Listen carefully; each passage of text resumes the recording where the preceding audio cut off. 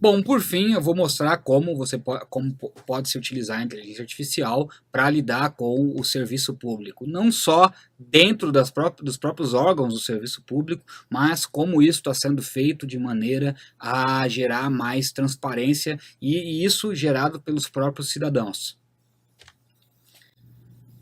Então, dentro da administração pública, os próprios governos estão emplacando uma série de iniciativas de inteligência artificial, porque isso acaba gerando mais eficiência, isso gera um trabalho maior mesmo para esses gestores públicos, então isso é muito bem, é interessante para todos eles. E isso não é só, isso no Brasil está vindo, mas é claro que isso existe em vários outros países, como Estados Unidos, como Inglaterra, vários outros utilizam esses sistemas de forma a melhorar a administração pública. No Brasil já temos algumas iniciativas. Bom, essas aplicações elas podem vir de pelo menos três tipos. Você consegue gerar agentes virtuais, ou seja, para lidar com o público você não precisa mais de colocar funcionários que lidem com o público, mas como uma empresa, gerar chatbots ou outros tipos de robôs que interagem com o público e conseguem dar uma resposta célere para esses cidadãos. Uma outra aplicação clara também de inteligência artificial dentro da administração pública é a análise preditiva. Por exemplo, se eles querem identificar casos de corrupção, eles podem fazer como o Los Angeles Times no vídeo passado e treinar alguns documentos e utilizar isso, por exemplo, para analisar todos os documentos da administração pública ou todas as licitações de forma a achar uma probabilidade maior de haver fraude ou de haver alguma espécie de corrupção. Isso é um uso também muito possível. Por fim, automação de tarefas, porque a grande parte das tarefas que são feitas pelos funcionários podem ser automatizadas por computador, fazendo com que esses funcionários possam ser alocados para outras tarefas, gerando mais eficiência. Bom, então um dos órgãos que usa inteligência artificial hoje dentro da administração é a Controladoria Geral da União, ou a CGU. Então, um dos exemplos que eles usam é a predição de desvios na atuação de servidores.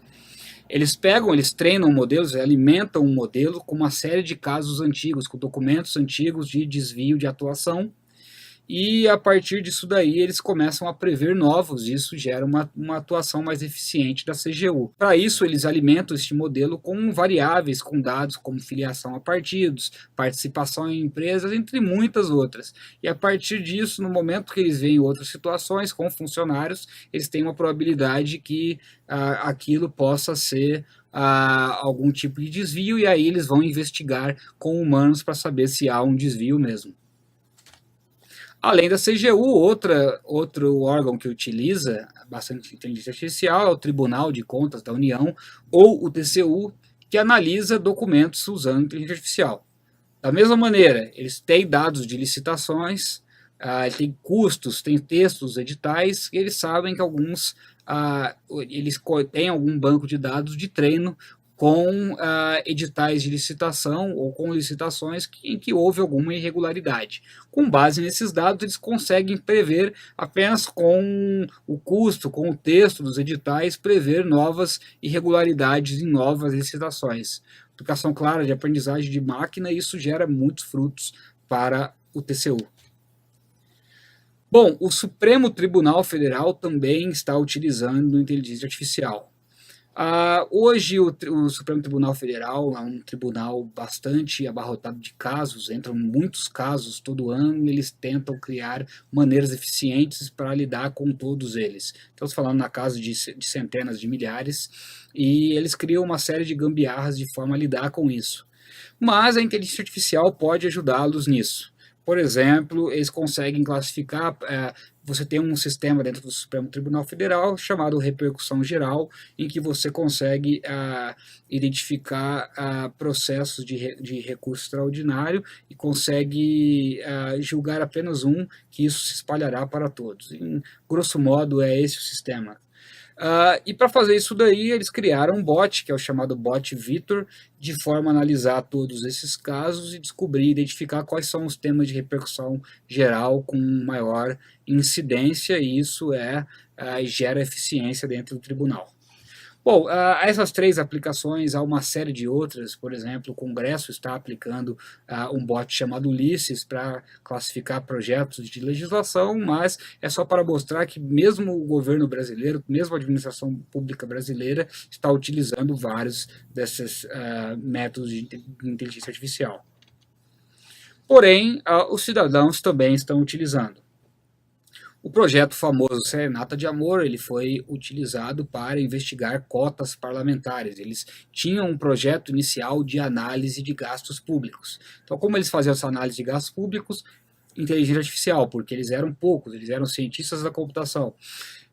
Ou estatísticos, ou outros profissionais. Então, eles recebiam dados de cotas parlamentares, de gastos de parlamentares, e passavam a analisar com alguns métodos quais gastos pareciam estranhos, ou quais gastos poderiam gerar a preocupação. E com isso, eles criaram algumas ferramentas. A primeira delas é o bot Rose, que tuitava sobre gastos de deputados. Então, se ela identificava, se esses modelos identificavam algum gasto suspeito, esse bot tuitava gasto suspeito, deputado X, e pedia ajuda para verificar com um exemplo do documento, e nisso